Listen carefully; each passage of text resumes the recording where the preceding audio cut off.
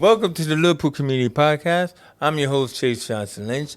And once again, we're here in the studio with a couple of young people who, I've known from the past, not them in particular, but the company that they're involved with, mode training and everything. So I would like to welcome my guests, Wesley Tago and Lewis Godby. Is it Godby? Yeah, Godby. Godby, yeah, Close all right. enough. It's close enough. Oh, yeah, as long as I didn't say Gobi, right? Yeah. Yeah, right. How many people do that to you? Do you know what? I get goodbye. Goodbye, Goodbye. Godby. Yeah, I can understand that one. But no.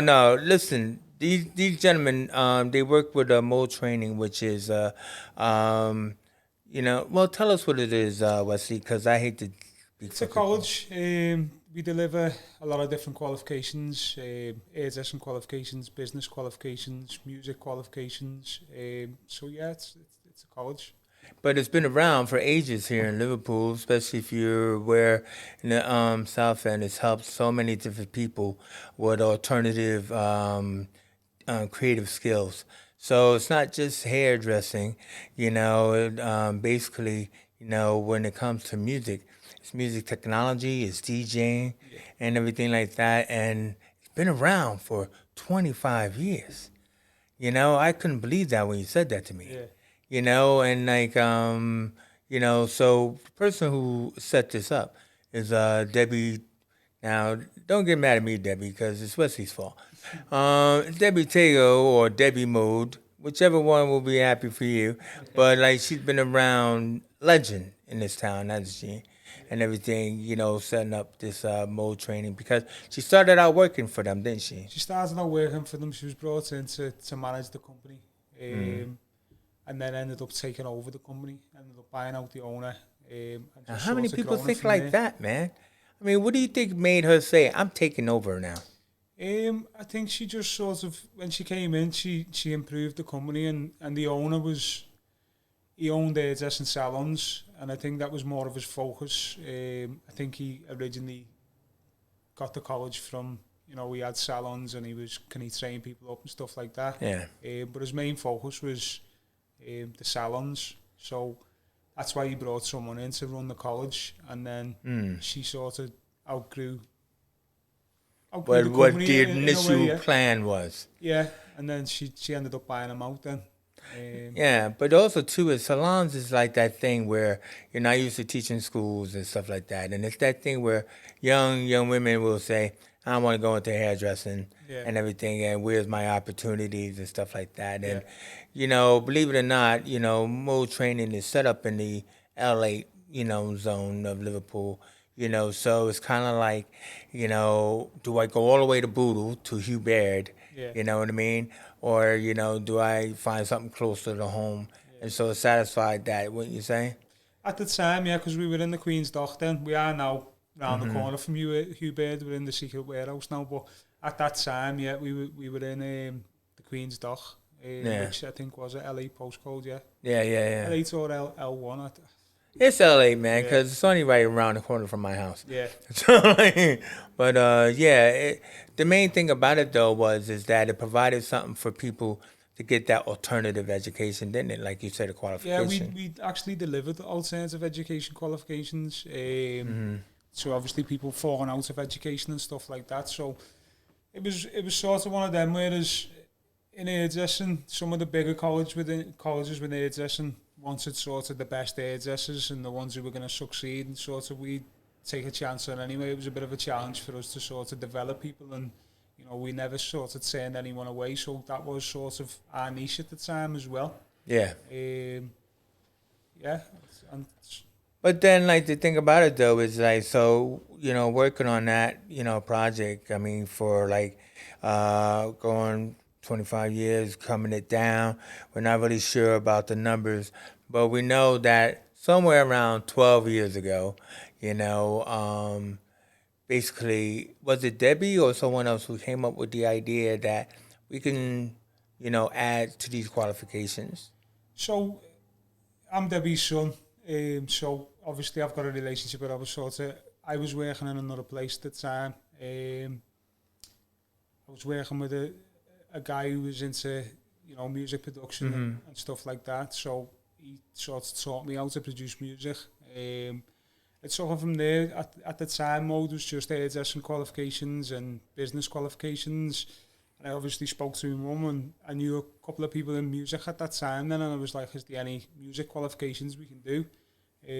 So yeah, we had a look at it. There was music qualifications available, music tech. So we brought some of the right people in and just sort of developed it from there. We only started out with one Mac. We've now got like 13 and like 4 sets of decks and stuff like that. So yeah, at the time we started proper small. I learned on the job. And we just sort of grew from there. We got the right people in. Well, I mean, I would say that, like, I mean, you know, because I've been here for like 22 years, you know, so I would say like around then, I mean, mode came into my orbit. I mean, I've heard about it, but basically at that time there were a bunch of, I could say like Scouse rappers, you know, and everything, and I think some of them were involved, like Nikki Blaze or Ola Bean, weren't they? Yeah, that's how it sort of started. I said this to you before. We sort of, when we first started out, like 12 years ago, the music departments, the main thing people wanted to do was produce like rap beats and that, or rap over, make their own beats to rap over and stuff like that. And it was like that for like 3 or 4 years, the first 3 or 4 years. It was mainly just production, and then we just had a full-on shit. I think it was when we took Les on, so Les Calvert, who works for us now. I've heard of Les, yeah. So he was from the dance music scene. When we took Les on, it sort of started taking a shift then from just hip-hop, because obviously we had Ola and Nicky working for us, and they were just hip-hop. So then once Les come in, it sort of had a shift then. Where was the shift? Well, the next 4 years, like, was just mainly people wanting to DJ then, with DJ and dance music. And then it sort of come full circle and met in the middle of everyone sort of wants to do a bit of both now. Our main thing now still is dance music. The majority of what people play is dance music, and produce dance music. You get the odd one or two now who still want to make hip-hop and stuff like that, but yeah, it's now shifted. It's had its production, then just DJing, and then it's now DJing and production. Everyone who comes to the door pretty much wants to do both. I gotta say, you know, like, I could never really understand, as a teacher, I never really understood the fascination of DJ classes.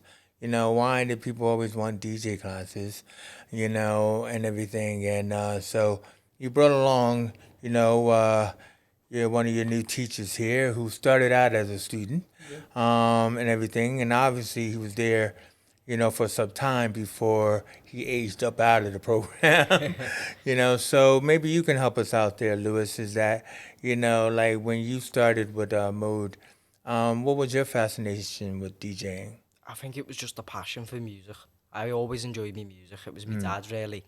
My dad was into his DJing, and he kind of said to me, I want you to go forward with this. It's a new place. I'm going to take you down. It's a surprise.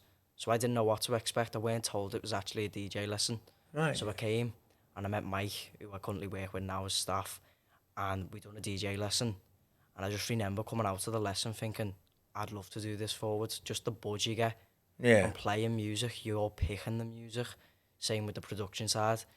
When you are making music, that's all you. It's all your choice. You get to pick the style, even down to the drums, anything, that's all yours. So it's your own little... It's like when I describe it, I'm kind of saying, like, for me, when I'm DJing, you just feel like you're free then, because it's your passion. Is it a control? Is it like a control element, you know? Yeah, kind of like a God complex and stuff, right? You know? Because in a way you do control, because when you're DJing in front of a crowd, you're controlling how they feel. So if I wanted to, I could go and turn the music off in the middle of a crowd. Yeah. Before you know it, they're going to want to go home or leave the nightclub because I've ruined it. I don't know, Lewis. I got to tell you, I'm from the hip-hop ages, right? So the whole scratching and all that kind of stuff.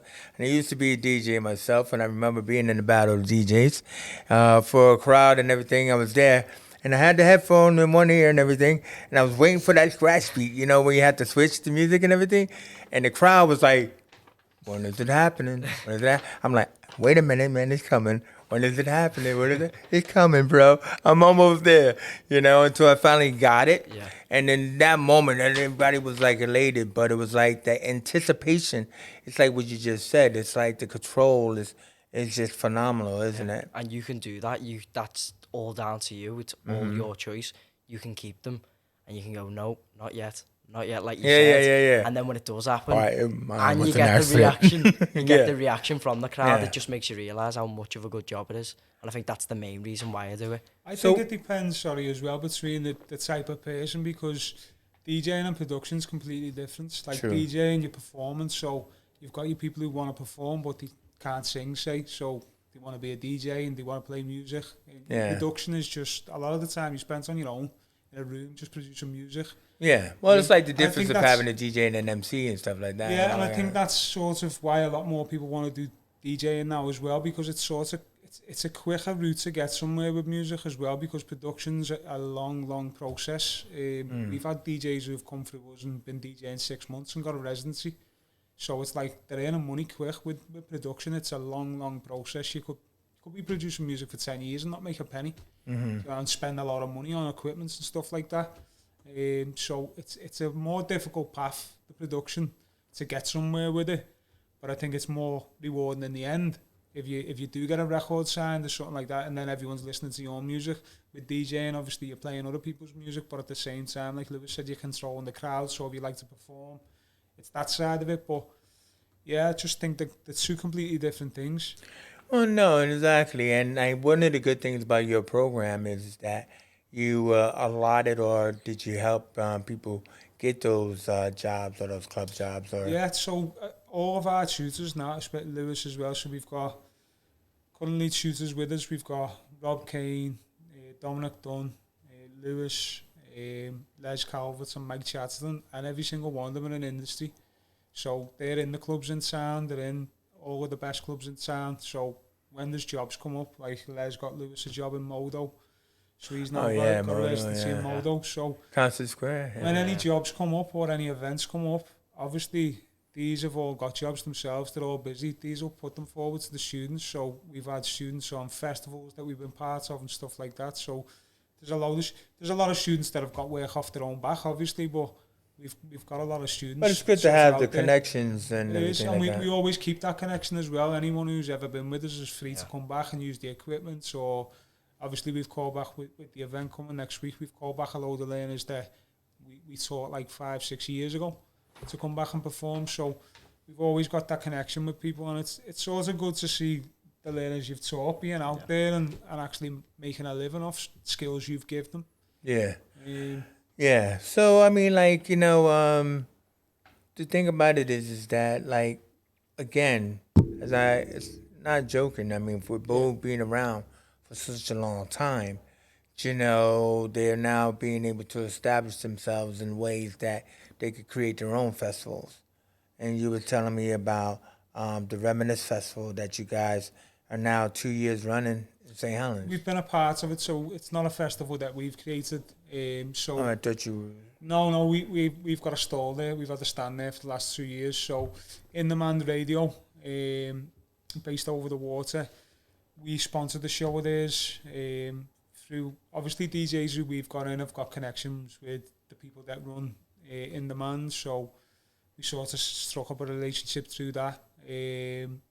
And we ended up sponsoring a show, Steve Weaver's show. So we sponsored that, and we sort of built a relationship, took it from there. They run Reminisce Festival, which is a big festival in St. Helens. So then they were speaking to us about sponsorship for that. Did we want to do something there?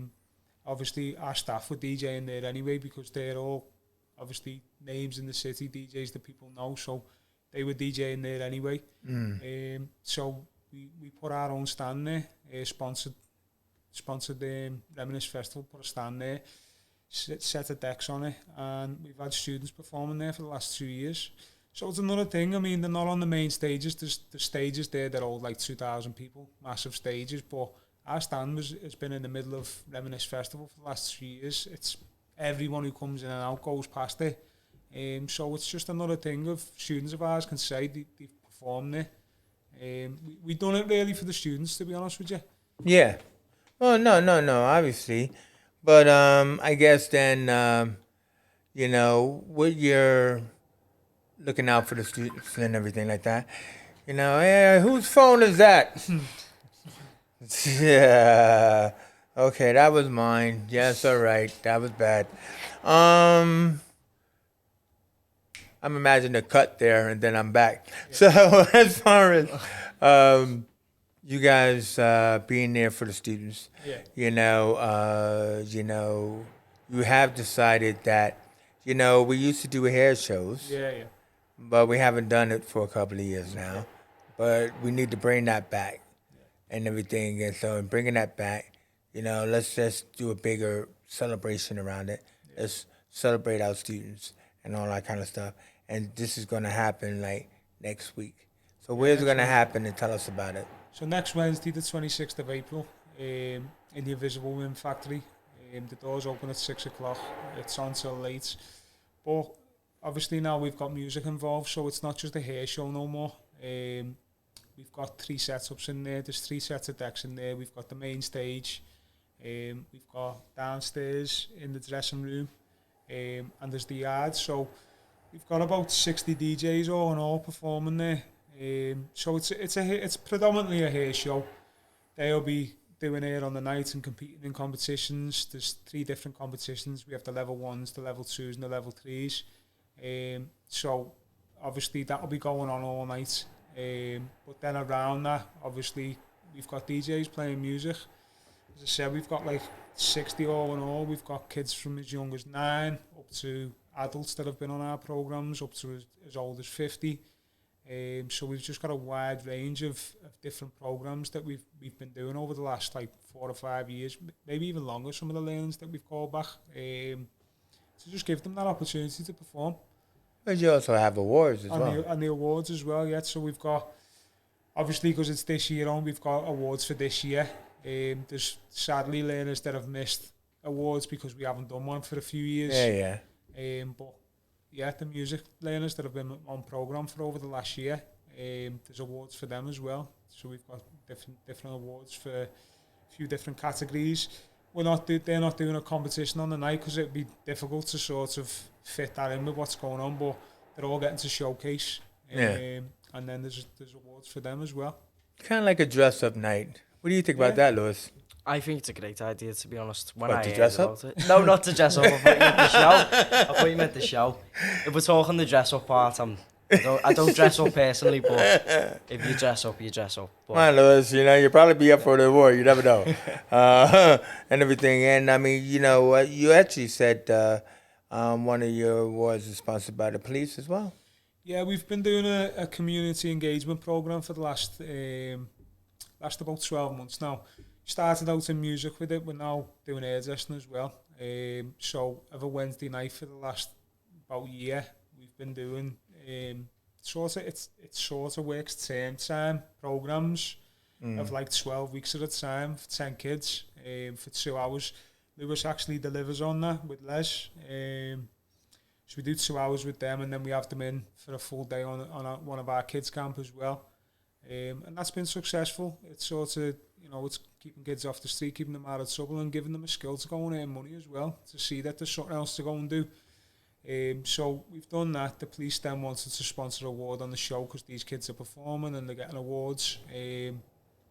So it's been a successful course. So it's just like, to do this course, is it free for young people to do? No, it's people that the police that have identified that are at risk of, Well, not just the police course, like but I meant... Oh, no, other courses, yeah. Other courses are free to do. MO, is it? Yeah. So there's other courses that are free to do. This is the only one that sort of people have been pointed to.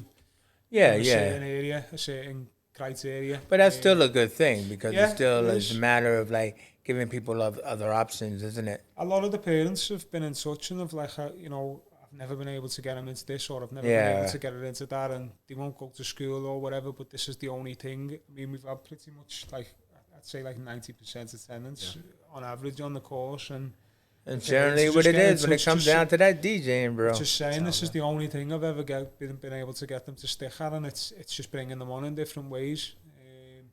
Yeah, there's loads of courses that are free. hairdressing courses, business courses, obviously the music tech courses.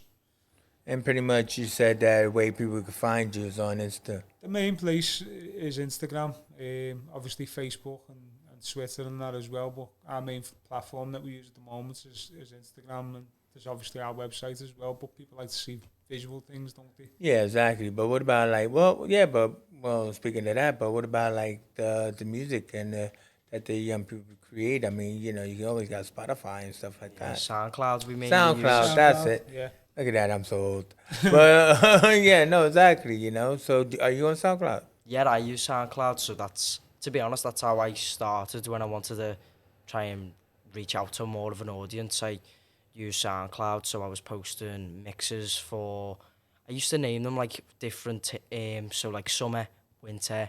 I used to name them Nice. just for people to kind of, if they were searching for summer vibes or summer when they're out, they're drinking, something to listen to. Yeah, yeah, yeah. And I remember posting my first one, and overnight it reached 20,000. So Really? I was like 14, Check him out. and it was just out. What do the you got, blue. a DJ name?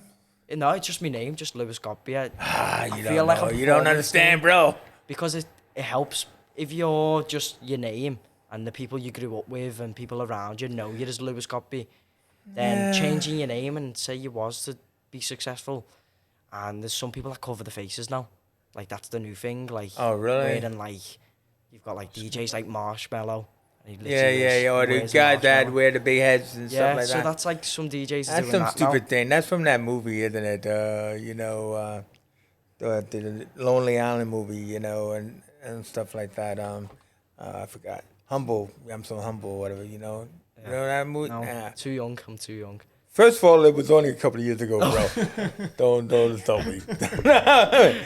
Let me ask you another question before we go, because I mean, I thought we had an interesting talking about it, because I know that you know, what you said that you guys use a lot of full native instruments and stuff like that, but you know, the debate between Ableton and Logic, Yeah. right? You know, and everything else like that, like you guys were feeling like Ableton is simpler and Logic is not.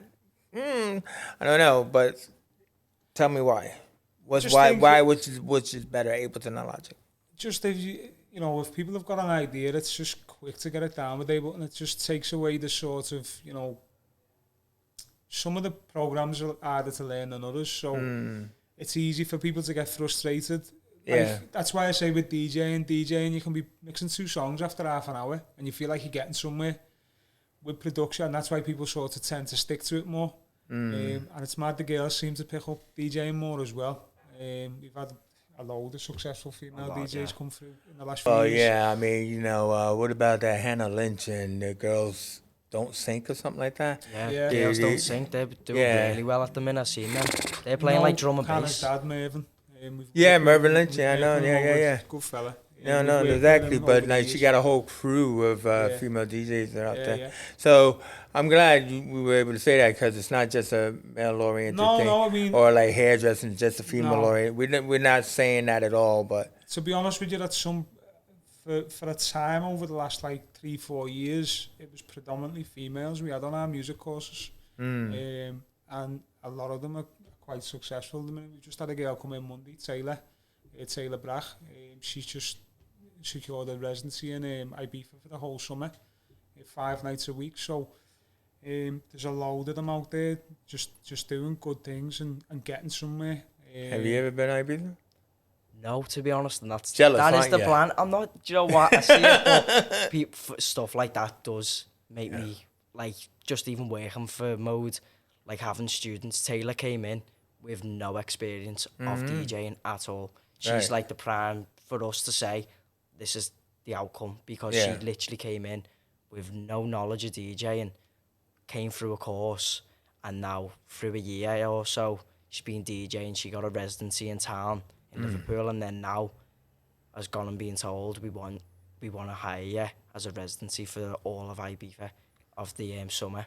See, man, that's what I like about the creative industry, because, you know, I mean, we talked a little bit about, you know, like you got your GCSEs, but You know, like sometimes people want to swerve the university aspect because you can get into this business and you can rise. You can rise.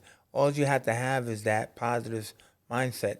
You know Yeah. what I mean? You develop the skill or you upskill and all that other kind of stuff. But yeah, man, it's People not can get somewhere without qualifications. Do you know what I mean? You can be self-taught and get exactly. somewhere.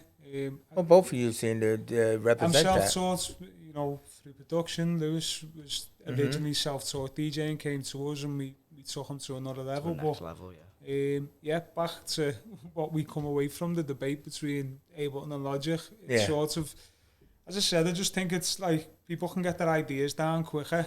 Hmm. Because I started on Fruity Loops and that was quite easy to get your ideas down. Yeah. I went through them all: Reason, Logic, Pro Tools. Cubase. Yeah. Cubase is the only one I never used. All right. But Logic, it just felt like it was like a task to get stuff down. Yeah. Whereas when I found Ableton, it just clicked dead easy. And then obviously the tutors that we had at the time used Ableton as well. So it was just all in there to place to use Ableton. And I think, as I say, people can just get ideas down quick without a struggle. You've got to learn the program obviously, but you can get somewhere quicker than, I think Logic's better for recording. Yeah. But Ableton's Ableton's the best production software out there. Yeah. Full stop. Able Full things. stop. Able No things. Give more us money. debates. We said you were the best. All right. Well, either way is that you guys you moved about. You're pretty much now set up at the. Secret Warehouse. Why did I call it the perfect Sue space? Where's that come from? I don't know. Oh no. I do have secret warehouse. I put perfect size underneath it. Anyway, yeah, secret warehouse.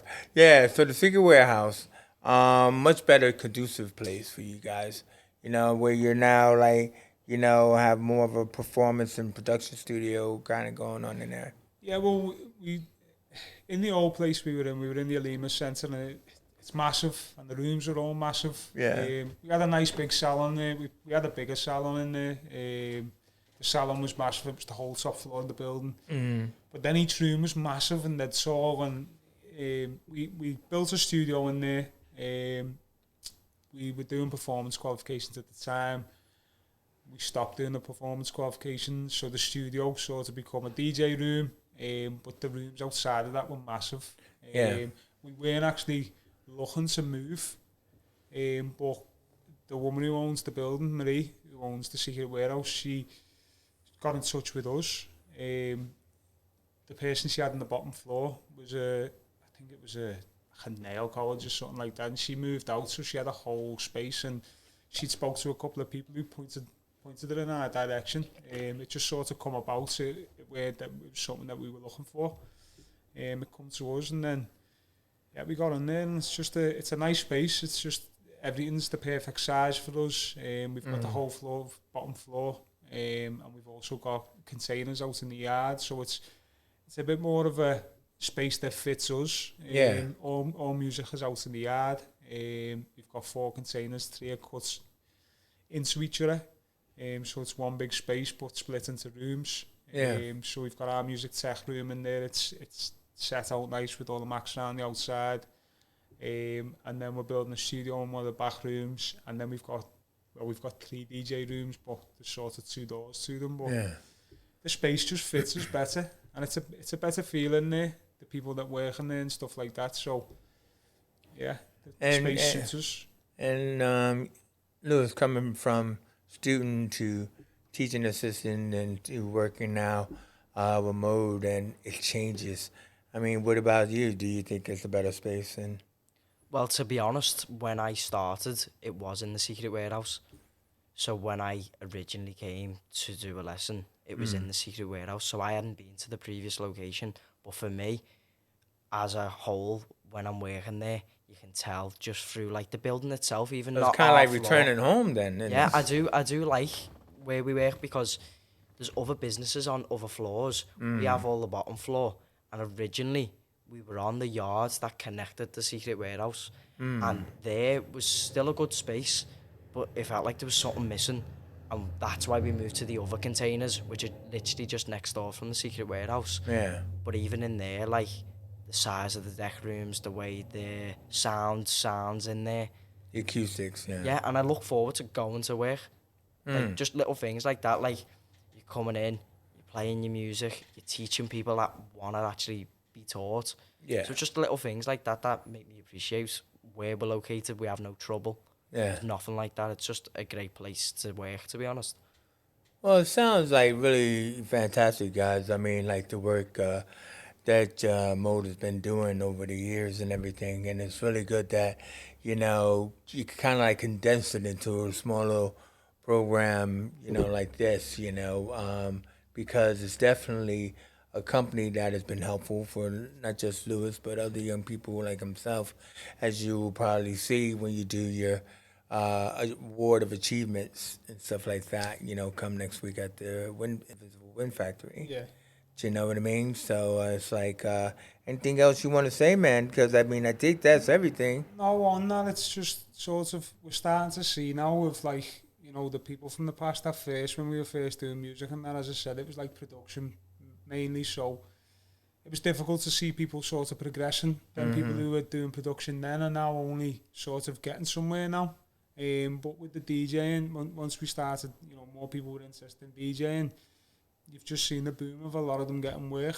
It's probably like pretty much every club in town now. There's sort of people that we've taught. So with us, isn't it? Yeah. It's just good to see. We've sort of developed people over time, and just we're starting to now see the return of that for people. Do you know what I mean? It's not just we're doing a course and people go away and they've got a skill that they're never ever going to use. We're now seeing, we've got kids who we do private lessons with who are like 11, 12, who were getting private parties and stuff like that, and are making money at 11, 12. Do you know what I mean? Yeah. I probably didn't start making money till I was about 14. I'd done a paper round and it was like a $5 a week. Yeah. You know what I mean? These are making decent money, so we're sort of getting people somewhere. And it's also a way, like, you can see, like, from this program, it's also a way for people to know, oh, I know who to contact now. Yeah. Like, if I need a It's DJ. developing them personally as well, like confidence and stuff Yeah. like that, isn't it? You see some 100%. people who come in with zero confidence and just getting them on the decks and teaching them a skill, and then you just build them right up, and then you just sort of want to start talking and stuff like that. Then, and it's just, bringing people on all different ways. Yeah, exactly. Just don't ask Lewis to wear a suit. So, once again, I want to thank you guys for coming in. Thank Debbie as well and everything like that. Louis Tego, who is keep hitting my mic, who is the music lead, at the Mood Training. And I said Louis Tego.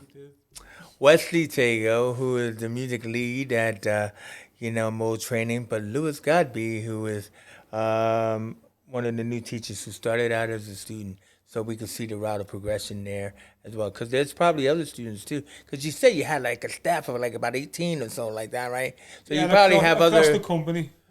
Yeah. So you probably have other students who probably came out of within the training. music. Dominic was a student as well, but he works for us now in SFX in a school teaching DJing. So we do sort of programs in school and stuff like that. Gotta work with outside what you know. of music. No, it's only music where we brought people through at the moment. Yeah. Hopefully in time within the likes of hairdressing. There's obviously hairdressers that have come through and have now got their own salons that we work with. Yeah. And we send learners to. But none of them work for us. Right. Not yet. So not yet. Yeah. Hopefully in time, stuff like Oh, that. you never know. It's good to sort of develop people and then them come through and end up working for the company as well. Yeah. Just see that full journey of them, and we've seen it with Lewis. Obviously, we identified that he had something about him, so we took him on and found a role for him. Yeah. No, definitely. Take over one day. Maybe. Yeah, take your job, Wes. So anyway, I was going more for Debbie. He's gunning for you. So either way, this has been the Liverpool Community Podcast, and this Mold Training and everything. You follow them on Insta and stuff like that. If you have a young person who is looking for something different, they're there for you. So for now, we out of here.